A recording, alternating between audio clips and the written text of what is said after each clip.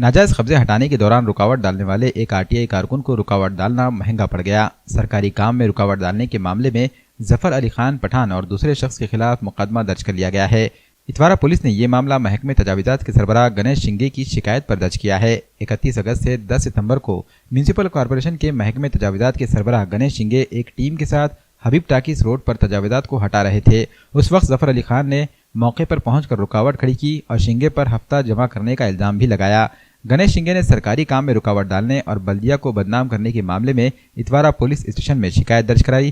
तकरीबन 2 माह बाद इतवारा पुलिस ने केस दर्ज कर लिया है।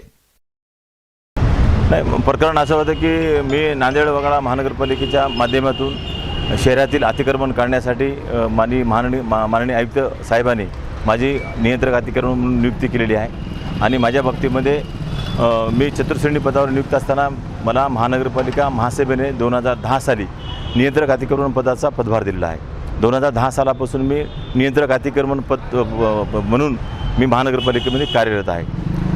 2022 साली माननीय आयुक्त डॉक्टर सुनील ढाणे साहेबांनी मला शहरातलं अतिक्रमण करण्यासाठी पुन्हा पदभार दिला आणि गणपती उत्सव, दुर्गा उत्सव, विशेष स्वच्छता मोहीम या सर्व कामाचे व्याप असल्यामुळं माननीय उपायुक्त यांच्या पत्राप्रमाणे व पोलीस निरीक्षक इतोरा पोलीस स्टेशन यांच्या पत्राप्रमाणे शहरातील अतिक्रमण काढणे आणि श्री विसर्जन श्री स्थापना या मार्गावरले सर्व अतिक्रमण करण्यासाठी मला आदेशित केलं होतं। त्या अनुषंगाने 31 ऑगस्ट 2022 रोजी मी इतोरा भागातील हबीब टाकीज या ठिकाणी अनन्या कपड्याची दुकान या ठिकाणी अतिक्रमण करण्यासाठी गेलो होतो। त्या ठिकाणी माननीय पोलीस निरीक्षक श्री भगवान धबडगे साहेब व इतर पोलीस कर्मचारी उपस्थित होते। सदरचं अतिक्रमण करत असताना एका दुकानदाराने त्याच्या दुकानासमोर लोखंडी बेंच आणि लोखंडी टेबल ठेवून अतिक्रमण केले होते। ते बेंचची वर विरोधामध्ये कारवाई करत असताना माननीय आमचे जफर अली खान पठान यांनी इथे त्या ठिकाणी येऊन माझ्या कामामध्ये अडथळा आणला आणि मला तू यहाँ पर कारवाई नहीं कर सकता और यहाँ से तू चला जा असे त्यांनी शब्द वापरून मला माझ्या कामामध्ये त्यांनी बाधा आणला आणि मला ते अतिक्रमणचं काम करता आलं नाही। उलट त्या ठिकाणी त्यांनी ते गोंधळ करीत असल्यामुळं रस्त्यावर तणाव निर्माण होऊ नये म्हणून आम्ही अतिक्रमणाची कारवाई थांबवली आणि या बाबतीमध्ये माननीय आयुक्त साहेबांकडे रितसर अहवाल देऊन परवानगी घेण्याची माझी प्रक्रिया चालू होती।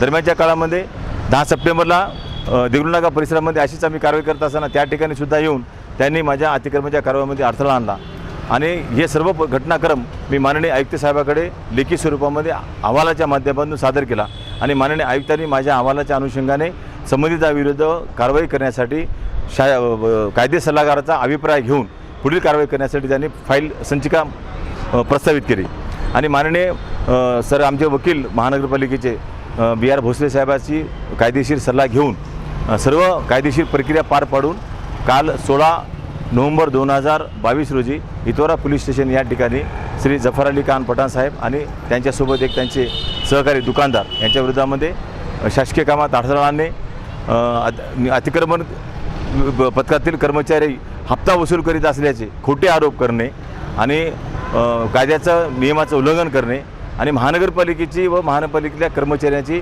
सार्वजनिकरित्या बदनामी करणे अशा स्वरूपाची तक्रार दिल्यामुळे त्यांच्या विरोधामध्ये 353, 186, 502, 504, 506, 34 प्रमाणे गुन्हा दाखल झालेला आहे। यामध्ये महानगरपालिकेच्या वतीने रितसर कारवाई करण्यात आलेली आहे।